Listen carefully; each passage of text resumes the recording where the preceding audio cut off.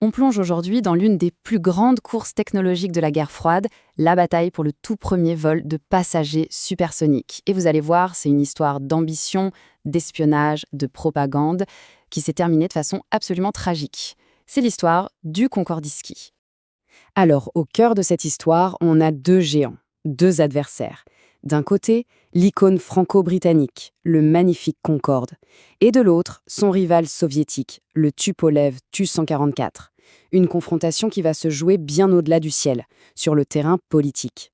Très vite, la presse occidentale lui trouve un surnom un peu moqueur, vous allez voir, le Concordski. Alors ce nom n'est pas un hasard bien sûr, il souligne sa ressemblance qui est vraiment frappante avec le Concorde, mais aussi et surtout de très forts soupçons d'espionnage industriel. Et attention, ce n'était pas que des rumeurs, c'était bien réel. Un espion soviétique a même été arrêté en 1965 avec sur lui des plans détaillés du Concorde. Bon, alors premier acte de cette histoire, une victoire qui, en apparence, est écrasante. L'Union soviétique semble avoir gagné la course haut la main. Mais la question qu'on va se poser, c'est est-ce que tout ça était bien vrai? Alors, regardez bien ces dates parce qu'elles sont hyper importantes. Sur le papier, le Tu-144 est toujours en tête. Le premier vol, c'est pour les soviétiques, 2 mois avant le Concorde. Le premier service commercial, encore eux. À ce moment-là, pour le monde entier, le message est on ne peut plus clair. L'URSS a gagné la course. Oui, mais voilà. Est-ce que cette victoire était vraiment ce qu'elle semblait être? C'est là que ça devient intéressant, parce que derrière les gros titres de la propagande, la réalité est, elle est bien différente. Ce fameux premier vol commercial, accrochez-vous bien. En fait, c'était une mise en scène quasi totale. L'avion y transportait quoi? Du courrier, du fret léger, des lettres. Pas un seul passager payant, zéro. Les images qu'on a vues partout, des faux passagers. Mais le plus fou, c'est qu'il n'y avait même pas de cabine passager installée dans l'avion. C'était une coquille vide qui n'a volé en supersonique que quelques minutes. Un pur coup de com', un coup de bluff politique monumental. Et puis, l'histoire bascule. On passe de la propagande à la tragédie pure. Ça se passe au Salon du Bourget en 1973. C'est là que tout va déraper, sous les yeux du monde entier. Imaginez la scène. On est le 3 juin 1973. Il y a 350 000 personnes qui ont les yeux rivés vers le ciel. Le Concorde vient de faire une démonstration de vol incroyable. Et là, c'est au tour du Tu-144. La pression sur les pilotes soviétiques, elle est juste monstrueuse. Il faut en mettre plein la vue, faire mieux que le Concorde, à tout prix.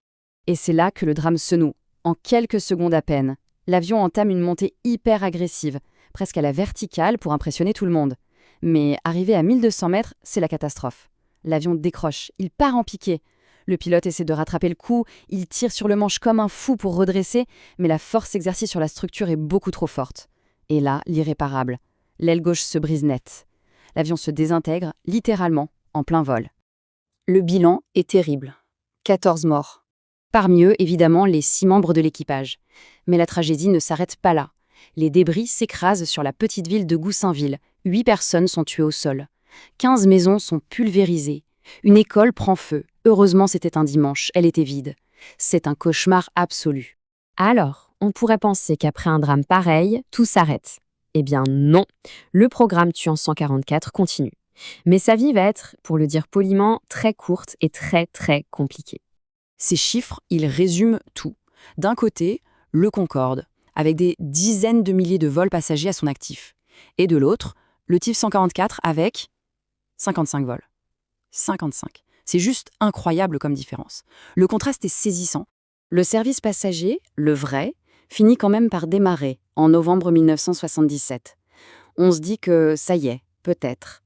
Mais non, ça ne va durer que 7 mois. 7 petits mois.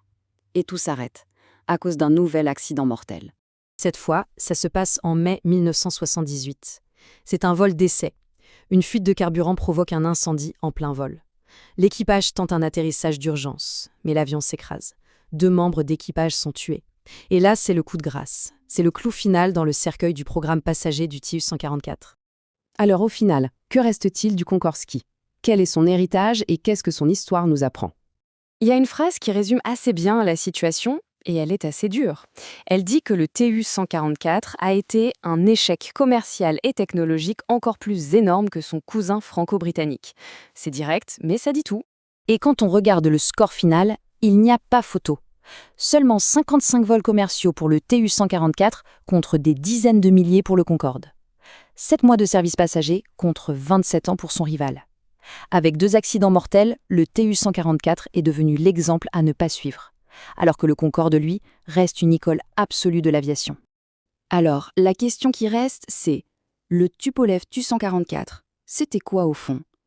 Une merveille technologique qui a été poussée trop vite, trop loin, ou simplement un pion, sacrifié sur l'autel de la propagande en pleine guerre froide? C'est tout le paradoxe de cet avion incroyable et maudit.